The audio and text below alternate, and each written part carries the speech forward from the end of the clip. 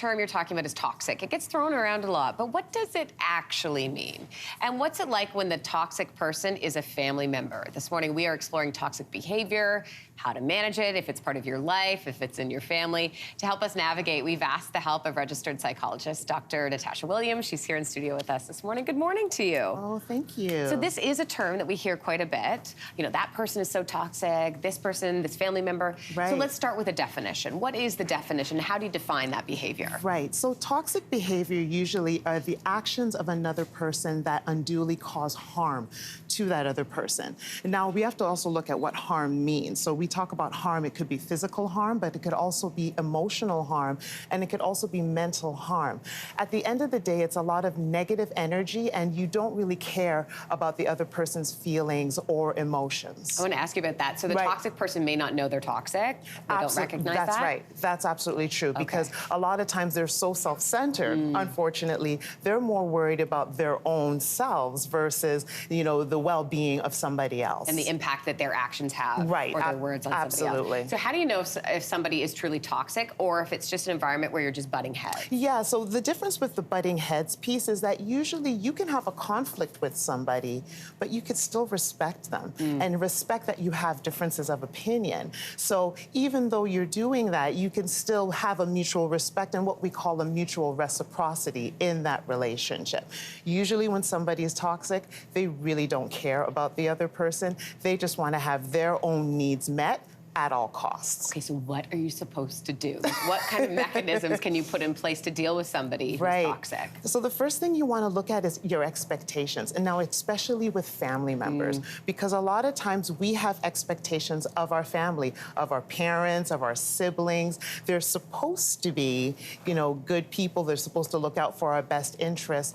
Usually in my practice, what I look at is it the title or the person that's under the title? So just because a person has the title of mother, it doesn't necessarily mean that the person who is the mother has all of those good traits. So we have to now, what do we look at in terms of what are our own expectations of the individual that is under the title? And then from there, we want to look at how do we then set boundaries. And what are those, what kind of boundaries are we talking about? Right. So a lot of times what we do in families, we believe that we have to have very loose boundaries because, oh, they're family. It's my sister, it's my mom, you know, they're supposed to.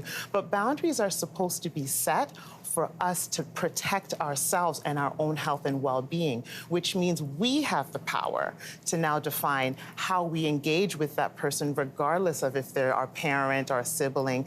Does that mean that, you know what, I love you, but you know what, I may have to love you from a distance. I may not be able to interact with you at all times because yourself, you are toxic and you're causing me harm. The challenge with that I foresee is like, so you say that to the toxic person, right? Right. But they don't recognize they're toxic. Right. So then they're like, well, what's wrong with you? And then you're just getting it, you're getting more of it, right? Right. So how do you deal with that? So the interesting thing is that setting the boundary is one thing, the maintaining of the boundary is another thing in and of itself. So what's interesting is in maintaining boundaries, there has to be an understanding that there is going to be pushback because maintaining your boundaries no longer serves the individual that enjoyed your loose boundaries. So you have to anticipate that there is going to be pushback, but understanding that your well-being and your health is going to be of the utmost importance. And usually that pushback actually is reflective of negativity and issues that are in the other person. And managing expectation too, right? Because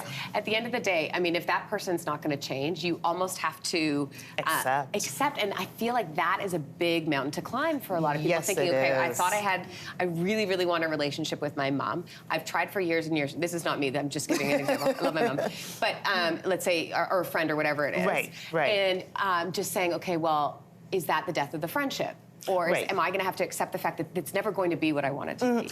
That's the big thing. It's that acceptance piece. And it's understanding that there's going to be a range of emotions that you're going to have, in particular with family. Because, again, there's your desire, what you want to have, right? I want to have that relationship with my mother. I want to have that relationship. But that person may not be able to provide me with what it is that I need. So what I'm going to have to do is temper my expectations and maybe have to recreate a new relationship with that person, possibly with some distance, because they're never going to be the person that I am creating them to be. Oh my goodness, such words to think about this morning and think about your life scenario. Natasha, thank you for being here. Really appreciate it.